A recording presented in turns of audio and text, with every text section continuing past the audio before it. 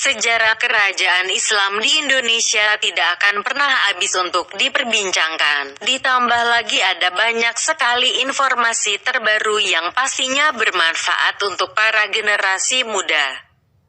Salah satunya adalah cerita sejarah mengenai kerajaan Goa Talo. Goa Talo merupakan salah satu kerajaan yang terletak di Pulau Sulawesi Selatan, di mana pulau ini terbentuk sejak 30.000 tahun silam dan masih belum banyak dihuni oleh manusia.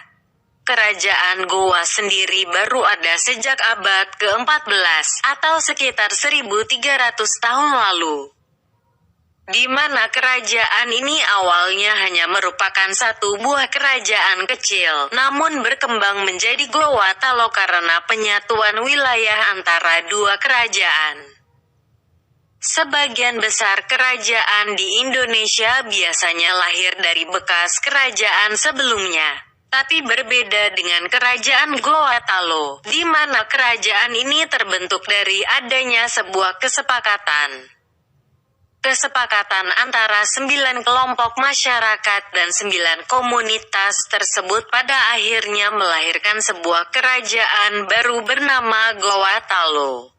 Sekitar abad ke-15, Pulau Sulawesi menjadi salah satu pintu gerbang perdagangan rempah-rempah terbesar yang ada di sekitaran Maluku. Termasuk di dalamnya kerajaan Goa memainkan peranan penting dalam perdagangan tersebut. Selang berapa lama, masuklah VOC, sebuah perusahaan Belanda yang datang ke Pulau Sulawesi dengan tujuan menguasai perdagangan rempah-rempah di sana. Sayangnya niat VOC dihalangi oleh kerajaan Goa. Hingga pada akhirnya Belanda mencari cara bersekutu dengan Pangeran Bugis Arung Palaka, yang kala itu hidup di pengasingan akibat kekalahannya dengan kerajaan Goa. Setelah 1 tahun melakukan perang, kerajaan Goa pun mengalami kekalahan. Dan pimpinan kerajaan yang saat itu adalah Sultan Hasanuddin dipaksa membuat perjanjian untuk mengurangi kekuasaan dari kerajaan Goa. Hingga akhirnya VOC berhasil menguasai Sulawesi Selatan dengan bantuan dari kerajaan Bon yang dipimpin Palaka. Dalam cerita sejarah kerajaan juga disebutkan kemunculan Ratu Bon melakukan perlawanan dan pemberontakan saat itu. Berbeda dengan sistem pemerintahan pada kerajaan lain. Karena kerajaan Goa Talo menggunakan pemerintahan ganda, di mana hal tersebut dikarenakan dua buah kerajaan yang melebur jadi satu sehingga mempengaruhi pemerintahan di dalamnya. Kerajaan Makassar atau kerajaan Goa ini dipimpin oleh seorang sultan dan juga perdana menteri. Kemudian di bawahnya ada pabicara buta atau satu tingkat dengan Mahapati. Kemudian Tumailah Langtoa setara dengan duta besar yang fungsinya panglima perang. Untuk jabatan lainnya yang terdapat di kerajaan diantaranya Lomo Tukajan Nangang atau wakil dari panglima perang. Komandan peleton disebut dengan Anrong Guru Natuma Kajan Nangga dan juga Saban Nara atau setara dengan Syah Bandar. Pemerintahan ganda di dalam kerajaan tidak didapatkan dengan mudah. Peperangan tidak jarang terjadi dalam perebutan kekuasaan. Namun karena rasa senasib dan sepenanggungan akhirnya terjadi juga perdamaian, di mana Sultan Alauddin yang saat itu menjadi Raja Goa diangkat menjadi Sultan, sedangkan Sultan Abdullah sebagai Raja Talo diangkat menjadi Perdana Menteri. Sistem kerajaan dengan corak Islam pun menghiasi kehidupan dari kerajaan Goa Talo. Kehidupan di kerajaan Goa Talo hampir sama dengan kehidupan di kerajaan-kerajaan Islam lainnya, di mana di dalamnya dihiasi dengan kehidupan politik, kehidupan ekonomi, kehidupan beragama, hingga kehidupan sosial budaya.